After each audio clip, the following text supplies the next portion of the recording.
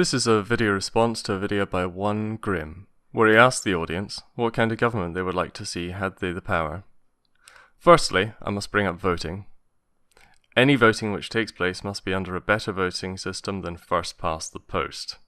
CGP Grey has created some excellent videos on this matter which show us that, surprisingly, mathematicians have found out that we have some definitive answers on the question of voting, and the first past the post system used by so many countries should be seen as one of the worst for deciding any question where we want more than one option available. That said, I would like to see people to vote for nobody but a king. I see people who want a political spectacle having their say. I want all the personality politics in the world, and I want them loud and garish on television. We'll have the British voting in Stephen Fry, and the Americans can vote in Trump. The French can vote in Gérard Depardieu, and the Germans can fail to understand the point of the process entirely.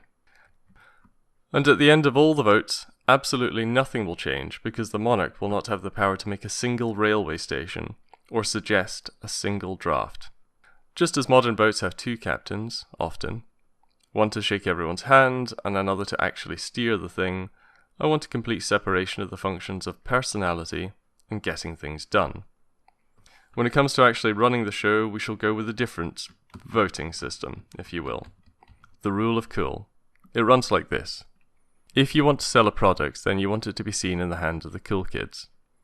If you want to know where the cool kids sit, then you send in someone from your marketing department to the skate park. So he asks the first kid there, who's the coolest kid in the playground? Once you have an answer, you go to that kid and ask again. You keep on asking until somebody says, me. I'm the coolest kid here. And you hand over the product so that everyone can see what the cool kids play with. I want to assign jobs like that, except instead of asking about cool, we'll be asking who has the most sensible long-term financial plan for making London's underground more efficient and financially viable.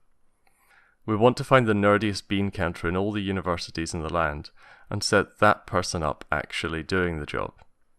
This person must be published, must have a PhD in the relevant field, and must be highly regarded by your peers. Anyone entering into politics will be given a reasonable wage, but will be entitled to very little privacy. Different levels of personal life will be privy to different levels of government and government fact-checking.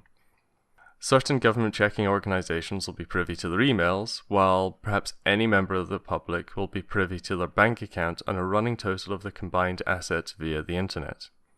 The Orwellian camera will turn to point the other way. Politicians would be less like Slugworth from Charlie and the Chocolate Factory, and more like the people who spend their free time correcting highly technical information on Wikipedia, which nobody accesses except those who already understand the material in order to fact-check and correct it. The specifics of how such a country would run I shall leave intentionally vague. Since I don't have any expertise on all the things needed to run the country, I don't know what a well-looked-after country might look like. And maybe nobody does. But somebody in the world knows better than anyone else. We know this much simply if we admit that some people run things better than others. And if we set those people up in office, then the country will be run as well as it could possibly be run. Because there will be nobody better who wants to do the job and is willing to let us check the receipts.